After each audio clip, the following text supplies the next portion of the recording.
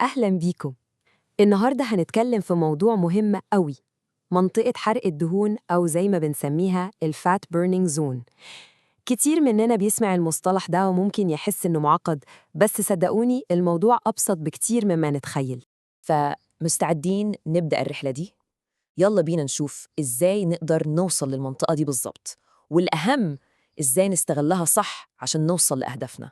طيب، قبل ما ندخل في الأرقام والحسابات في خطوة مهمة الأول. لازم نفهم جسمنا ده أصلاً بيشتغل إزاي وبيجيب طاقته منين. لما نفهم الأساس صدقوني كل اللي جاي بعد كده هيبقى سهل وواضح جداً. بصوا، جسمنا ده عامل زي العربية اللي فيها كذا تانك بنزين. عنده 3 أنظمة للطاقة بيختار منها حسب المجهود. الأول اسمه ATP-PC، ده بتاع الانفجارات السريعة، يعني يديك طاقة جبارة لمدة 10 أو 15 ثانية بالكتير، زي ما تكون بتجري سبرنت 50 متر. طيب خلص، الجسم يدخل على النظام التاني على طول، اللي هو الجلايكوليتي. ده بيستخدم الجلوكوز وبيقدر يكمل معانا حوالي دقيقتين بس. البطل بتاعنا النهاردة والنظام اللي يهمنا هو النظام الثالث، النظام التأكسدي. أيوة، هو ده النظام التأكسدي، هو ده مفتاح الخزنة بتاعت حرق الدهون. ده النظام اللي الجسم بيشغله لما بنعمل مجهود شدته قليلة أو متوسطة بس لفترة طويلة، يعني زي المشي السريع، الجري الخفيف، أو السباحة براحة. هنا الجسم بيقول تمام، أنا محتاج وقود يكمل معايا فترة، أحسن حاجة أروح للدهون المتخزنة. وهو ده بالظبط اللي احنا عايزينه. تمام قوي، فهمنا الأساس العلمي. نيجي بقى للجزء العملي اللي كلنا مستنيينه. إزاي نلاقي الزون دي؟ إزاي نعرف إننا وصلنا لمنطقة حرق الدهون؟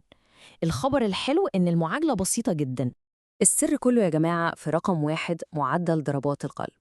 عشان نضمن إن الجسم بيحرق دهون لازم نحافظ على ضربات قلبنا في النطاق معين، وهو ما بين 60 إلى 70% من أقصى معدل ممكن يوصله قلبنا. طيب جميل، بس إزاي نعرف أقصى معدل لضربات القلب ده؟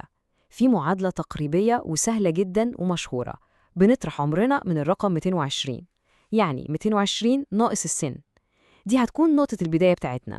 علشان الموضوع يثبت أكتر تعالوا ناخد مثال عملي. هنفترض إن معانا شخص عمره 40 سنة وعايز يحسب منطقة حرق الدهون بتاعته. أول حاجة هنعملها إيه؟ هنطبق المعادلة. 220 ناقص 40، النتيجة بسيطة، 180. يبقى أقصى معدل لضربات قلب الشخص ده نظرياً هو 180 نبضة في الدقيقة. تمام، دلوقتي فاضل آخر خطوة. هناخد ال 180 دي ونحسب 60% منها و70% منها. هيطلع لنا إن منطقة حرق الدهون للشخص ده هي أي رقم ما بين 108 و 127 نبضة في الدقيقة. وببساطة، طول ما قلبه بيدق في النطاق ده وهو بيتمرن، جسمه بيكون في وضع حرق الدهون بشكل أساسي. وبس كده، مبروك، عرفنا إزاي نلاقي منطقة حرق الدهون. شايفين الموضوع سهل إزاي؟ وطبعاً متابعة النبض دلوقتي بقت سهلة جداً بأي ساعة رياضية، أو حتى بالطريقة القديمة من على الرقبة أو المعصم. حلو قوي، عرفنا إزاي نلاقي الزون بتاعتنا، بس الوصول ليها ده نص المشوار بس. النص التاني والأهم هو إزاي نفضل فيها ونستفيد منها بجد. تعالوا نشوف كام نصيحة مهمة هتفرق معانا. أول حاجة وأهم حاجة الوقت. الجسم مش بيبدأ يحرق دهون من أول دقيقة، الموضوع محتاج وقت. يعني تمرين ربع ساعة مش كفاية خالص، لازم نستهدف مدة أطول، يعني 30 دقيقة فما فوق. تاني حاجة الأكل طبعاً. الأكل لازم يكون ماشي مع نوع التمرين. لو حد بيركز على تمارين المقاومة وشيل الأوزان، الكربوهيدرات مهمة جداً كوقود. أما لو الهدف هو تمرين كارديو طويلة زي الماراثون أو السباحة لمسافات، هنا ممكن الجسم يستفيد أكتر من وجود دهون صحية في النظام الغذائي كمصدر طاقة مستمر. ودلوقتي بعد ما عرفنا كل ده، الكورة بقت في ملعب كل واحد فينا. السؤال مش هو إيه هي منطقة حرق الدهون، لأ، السؤال بقى إزاي هنستخدم المعلومة دي في التمرين الجاي. فكروا فيها وجربوا تطبقوها، وابدأوا رحلتكم بذكاء أكبر نحو أهدافكم. شكراً جداً ليكم.